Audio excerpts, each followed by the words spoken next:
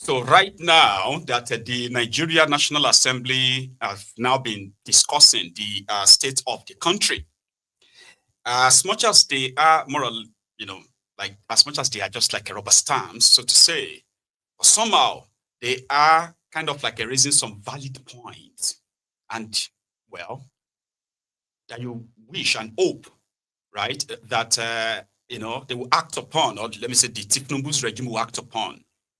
For example, the senators today, right, one of them actually requested that these people negotiating for the terrorists in Nigeria should be arrested, including Gumi. And the man even said, even his own son, if his own son is found wanting, he should be arrested. Right? This obnobbing, doing meetings with terrorists, like we have been witnessing, that the government of Tinubu should, at this point, end all of that. Meanwhile, before I even get into all of this, right, I think there is one information you should know. For those of you that have been expecting any other action from the United States government, Tinubu's regime has managed to actually cut themselves a deal just like to buy time. So Nigeria is currently designated or redesignated by Donald Trump as a country of particular concern due to religious persecution, genocide going on in Nigeria, right? This argument is currently being countered by a lot of people, but yet a lot are still kind of like wondering, what is Donald Trump going to do? And when is he going to actually really act? Yeah. So he's likely not going to act anytime soon or act at all. So from what I have kind of like confirmed now, so after Rebadon met with XF in Washington, right? So they sort of like put together an arrangement called Nigeria-US something partnership. In this regard, right, America will give weapons worth $2 billion to Nigeria in the next 4 years, like from now till the next 4 years. America will work with the Nigerian security or military to further annihilate these terrorists. And Tinubu's regime has now pledged that they are ready, they are willing to accept Americans' help in tackling these terrorists. So because of that, I call it buying time. So in case if you are still wondering, when is Trump coming? He may not come anytime soon, as Tinubu's regime has managed to buy a $2 billion worth of time. That is, buy weapon from America, share intel with America, and then at the same time, let America come in, train you, I don't know, whatever partnership they call it. That's ongoing. So the National Assembly now are proposing that at this point, what is wrong if Nigerians are given the right to own their own guns, and we are talking about automatic rifles to defend themselves, that if the military have become so overwhelmed, the ideal thing is right now for Tinubu to let the people defend themselves. So tonight, we are going to go listen to a lot of, their chit chat and all that, right? Among other stories that we have for tonight, all right? So please share the broadcast if you haven't already. Yeah, please. So let's start with this. But today, almost all the local governments in Zone C, that is Niger North, have been afflicted with this serious issue of insecurity. I know Mr. President is doing very well, and he deserves commendation for the fact that he has to show his international engagements and to be having briefings from service chiefs almost every day. But we must also help Mr. President. We also have to help the armed forces. If a kidnap is done today, where hundreds of kids are being taken, and then the same hundreds of kids are being negotiated upon to get their return, what we're supposed to do is to ask ourselves, who is the intermediary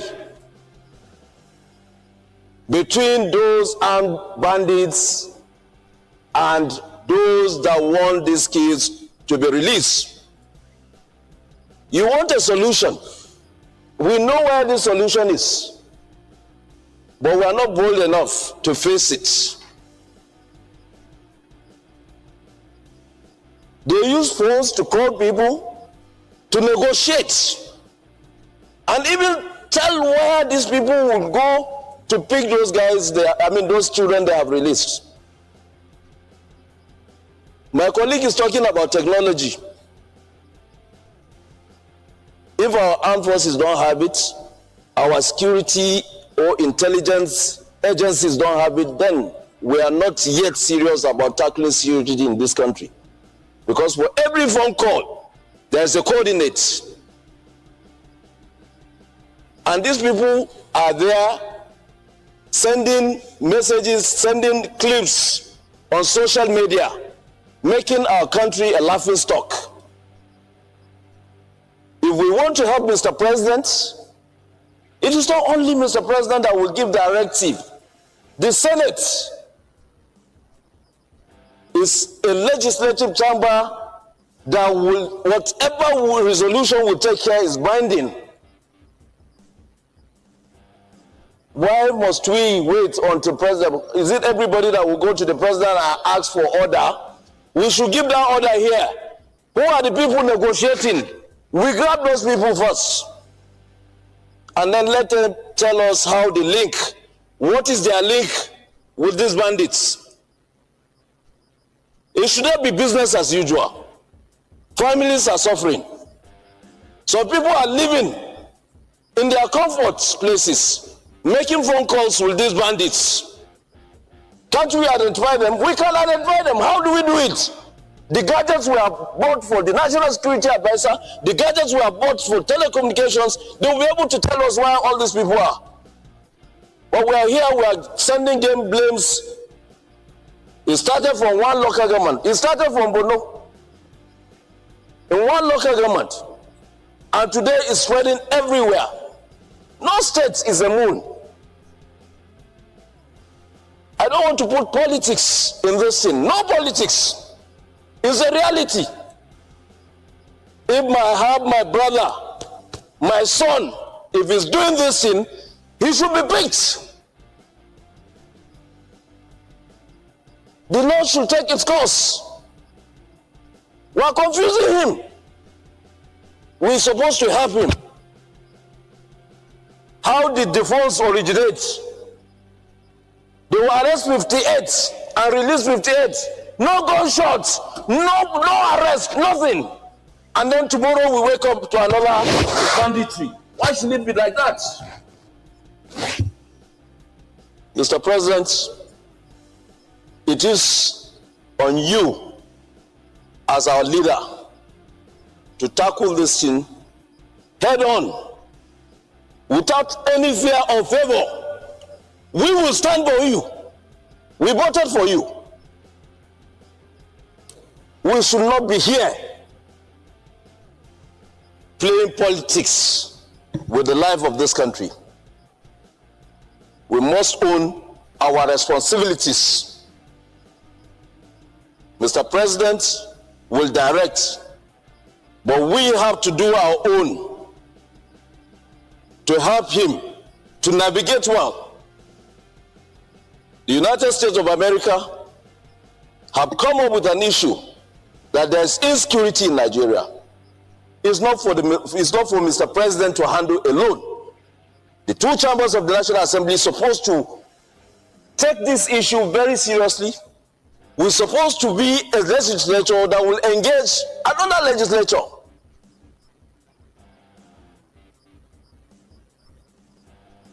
If a senator or a congressman will talk, a senator and a congressman in Nigeria are supposed to talk and engage them. They represent their own people, we represent our own people.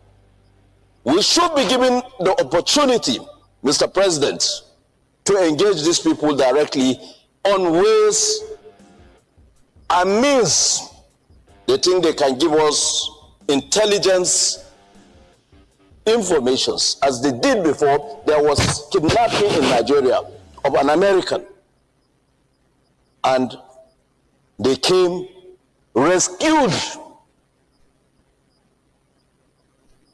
in our own lands.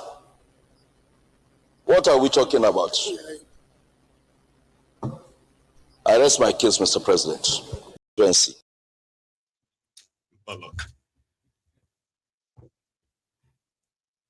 it is only Tinubu that can sanction any form of operation that is related to terrorism. But this senator was proposing that they should usurp Tinubu's power by pretending again in his presentation that Tinubu has so much to do. So this Senate can act. No, they can't. In that sense, so what you can do is to bring Tinubu to your chamber and make him answer all your questions about security and insecurity. And I'm talking about including technical questions. Nobody should answer for him. They all answer to him. So his office will so they will prepare his answers, what they have done and all of that. So all of you can confirm. But it's just talk, Sha. You know what I mean? Like it's all just talk. Because they know what to do. Few times they've invited these service chiefs, right? Who have appeared only to just the same thing, all talks. So yeah, it's embarrassing for real, it is. Because how do you say you rescued children who were kidnapped and their teacher was killed? Don't forget, they also killed their teacher in that school in Kirby. So a murder has been committed. Kidnapping itself is a capital offense. You don't kidnap people. It's a capital offense. You spend the rest of your life in jail. And if anybody dies in the process of kidnapping, then you are going to be hung.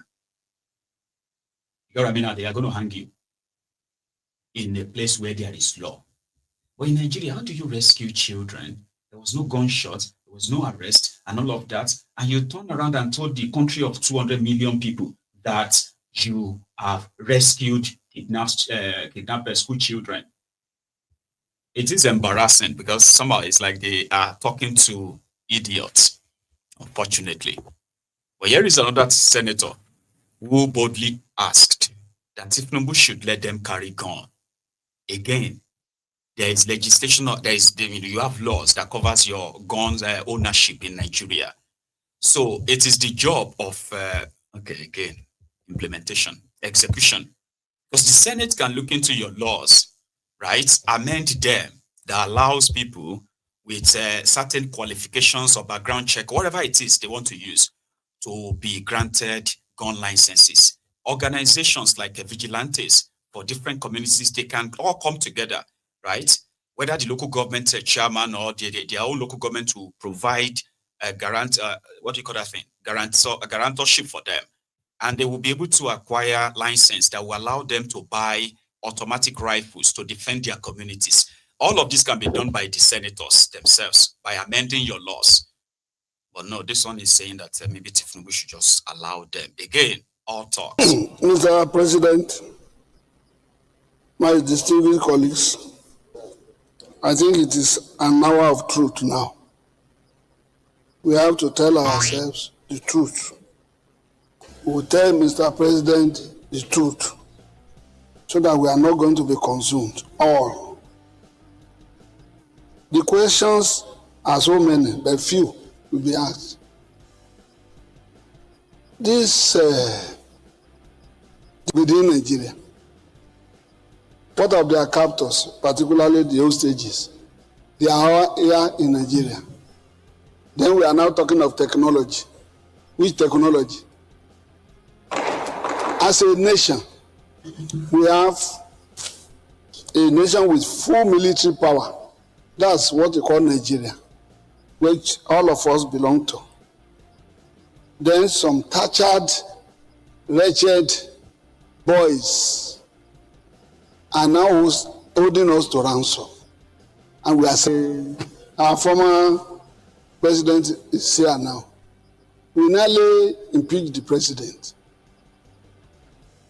But this president has spent a lot of his time and fund on this military. But the same military refuses to yield, to even perform and form. And it's now, we are now owing a lot to our people. The military architecture, I retired at an equivalent of a lieutenant general in the service. The military, that is the soldiers, that's the army, the navy, and the air force. They don't take any other apart from the commander-in-chief or anybody that is representing them of higher caliber. That is a general. The command structure of what is happening today.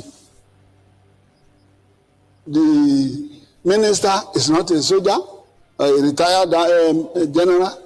The minister of state, all of them are businessmen. The NSA is a retired policeman. And do you know what the soldiers call us? There's a soldier here retired. More gun than them. They call us bloody civilians. They don't regard us. And that is what is affecting us on ground there now. The CEC needs to look at its military architectural design around him and do the needful. If not, we will continue to waste money because they will not take order from any other person other than their own general. We are in almost in military rule and we are at war. He should stand as he's a commander-in-chief because he listens and is spending on them. That is what can really solve the problem. Today, almost 120-something countries have already legalized carrying arms by sane and respectable people. I think it is time for Nigeria to allow us to be carrying arms. If not, these boys, you see them, you will just be free because there are not too many. It is time for us to stand and make a law that it is criminal for the negotiator because the negotiators are even eating deep into what is happening today. Where is the bank where they normally withdraw such huge of money to settle them, including the banks, including the negotiator and the kidnappers? They are all criminals and they should face death penalty. I submit, sir. Mr. President. What shall I say unto the Lord? Yes, Lord. All I have to say, Thank you, Lord. thank shall I you, say? Lord. Thank you, We can Lord. deliver,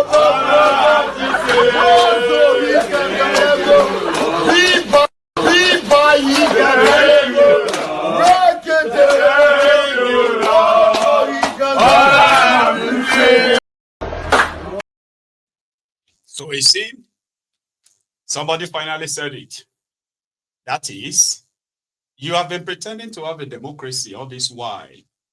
You have also been pretending to have Nigeria. They are calling Nigeria a federation. They are pretending to you that you have a democracy. No, you don't. Your military owes their allegiance to the seat of power, not to the country. And I am saying this without any sort of like a benefit of doubt. Now, it is what it is. The Nigerian military will protect the power, the seat of power, than the way they will defend Nigeria. And there are many, many factors that points to this. Okay? Your constitution was written for you by the military. There was never any referendum to vote on the constitution that ushered in your democracy. That's the beginning, to let you know. But then when you now read the constitution, one man, one person is the most powerful person in the country, and he is the president. He's so powerful that the federation that you practice or you pretend to be practicing, or federation, capital, federal capital, then federating units. No, they are just like the branches of the executives. A federation means all the federating units will be independent.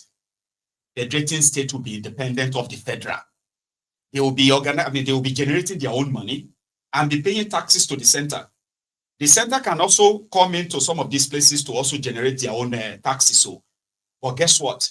You are not going to be a subordinate of any president.